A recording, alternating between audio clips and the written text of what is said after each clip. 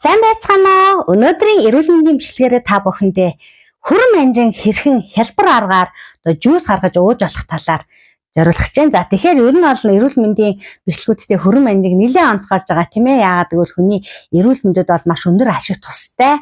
Тэгээд олзот сайтай. За энэ хүрэн манжин жирийн шүүс олгож уухад тийм ээ өглөө болгоод микшертэй олон зүйлтэй холихт нь цаг зав багтаа байх юм бол та бол өөртөө яаж болох вэ гэхээр ингээ хатаагаад хэрглэж болдог. За тэгэхээр хатаагаад ингээ хэрглэхээр за ийм болно гэсэн үг тийм ээ. Ингээд нэг хэрчим. Тэгэхээр яадаг вэ гэхээр хүрэн манжингаа маш сайхан угаагаад би бол хальстай хатаадаг. За тэгээ хальстай сайхан угаагаад тэгээд маш нэмгэн хөшөглөө хэрчж яагаад нарны гэрэл тусгааргүй газар цаасан дээр дэлгээд за ингээ хатаадаг. За тэгэхээр ингэж хатаагаад бол 100 улиралт ч өвлийн улиралт ч ер нь нэг хоногтой бол хатчихдаг. За тэгэхээр яах вэ гэхээр нэг хэсэг байднаж агаад үзэж агаад эргүүл тойруулаад ингээд байвал хурдан хатдаг. За тэгээ ингэж хатааж авсан хүрэн манжингаа яах вэ гэхээр өглөөдөө бид нар яах вэ гэхээр ингээд 3 4 би бол нэг 6 7 шигээр уучдгийн.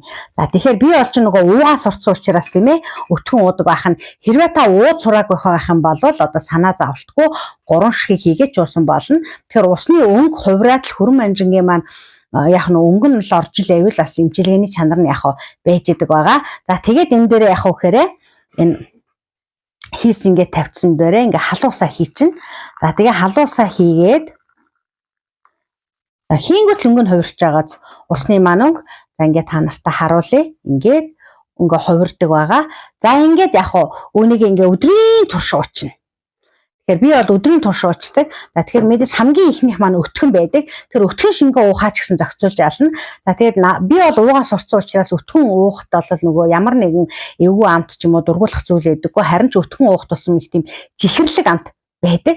За тэгээд энэ уугаа сурцсан хүмүүст бол тийм байх нь тийм ээ. За тэгээд аливаа зүйл биеийн цайнч гэсэн хэтрүүлэх юм бол хор олдог. Хэмжээндээ таарах юм бол ийм болдог гэж тийм ээ. Тийм учраас яадаг вэ гэхээр 10 хоног уугаад 10 хоног завсралт юм байгаа. Тэгэхээр хичнээн биеийн цайн байсан ч гэсэн бид нар яах нь тодорхой хугацаанд уугаа, тодорхой хугацаанд зогсоох нь тийм ээ. За тэгээд бүтэн өдрийн турш уугаад дуусахад хүрэн манжин маань ийм өнгөтэй болдог байгаа. Тэгэхээр зэрэг нь улаан хүрэн байсан манжин маань яах нь ийм өнгөгүй ийм яах вэ болтол нь бид нар усаа нэмээд л яах вэ уугаад байна гэсэн үг. Тэгэхээр өдрийн турш уух хэвээр усны хэмжээтэй зөвхөн хоосон ус ууж ирсэнд орвол энэ хүрэн манжингийнхаа жүүсийг уух юм бол өнөөдрийн энэ утаатай хор ихтэй байгаа нөхцөл бол биеэс хор гадагшлуулах тийм ээ эрүүлжих.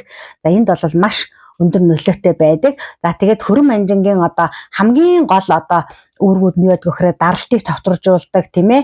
За тэгээд яг нь өтгөнийг маш сайн гадагшлуулдаг, биенээс хорыг яадаг ах гадагшлуулдаг маш их өндөр үр нөлөө үзүүлдэг ийм хүнсний ногоо байгаа. За тэгээд л үүнийг бол яг халуун бүлээнээр нууж болж гэн хүүтнээр нь жууж болно. Тэгэхээр яаж ууж болно? Би бол ерөнхийдөө бол хүүтийн муух дурггүй. Тэгээд байнга л яг бүлээн уудаг. За тэгээ энэ аргыг би хаанаас сурсан бэ гэхээр Солонгост байхдаа Солонгос сурч амьдарч байхдаа манай эзэгтэй ингэж гэр бүлийн хараа тийм ээ бүр ингээд данханд за тэгээ тэр бол нэг харцаа шиг олгоод ингээд байнга уудаг. Тэгээ энэ юу вэ гэсэн чинь хүрэн манжин гэдэг. Тэгээ хүрэн манжин яаж ууд юм бэ? Ингээд хадгалахад айгүй хадгалалт даадгүй юу шүү дээ хүнсний ногоо шүү дээ тийм ээ. Амархан зөөлөрчдөг ингээд тэгсэн чинь хатаач хэрэгж болд юмаа гэдээ арга зааж өгчээсэй.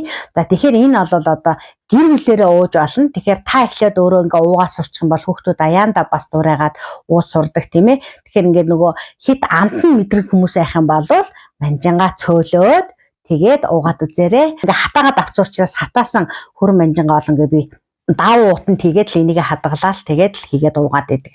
За тэгэхээр энэ бол маш үр дүнтэй арга байгаа. Тэгэхээр өнөөдрийг хүртэл тий 10 жил асаргаатай хүүхдтэй байсан ээж бас эрүүл мэндийн хувьд ингээд боломжийн байгаа бас ингээд өөртөө тий илүү ихийг яадгийн зарцуулж чадахгүй, илүү ихийг олж чадахгүй ч гэсэн өөртөө зориулаад гар доор харгаар ингээд эрүүлжих тийм ээ боломжоороо эрүүл мэндэ хадгалах хамгийн гол нь тийм үү илүү сайжирдаг маа гэхэд яах нь муудахгүй байхад бол ингээд тосолж чаддаг. Өдрийн одоо шингэнийг нөхөхийнхаа хажууд бас эрүүл мэндэд дэмждэг байгаа. За хоёр дахь арга нь болохоор бас өөр одоо үн хөрөн манжинг бол хөлдөөгөө тэргэлдэг арга байдаг.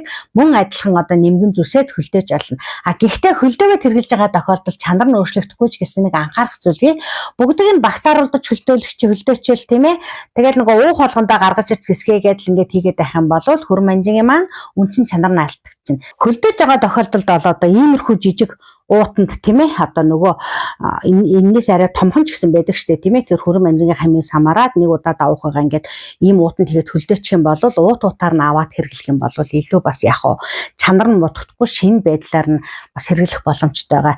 Хамгийн одоо зохимжтой арга бол одоо санал болох нь бол ингээд яах нь хатаагаа хэрэглэх юм бол их үр дүнтэй байдаг шүү. За ингээд бүгдэнд нь эрүүл мэндийн сайн сайхныг хүсье. Баярлалаа. Дараагийн бичлэг хүртэл түр баяртай.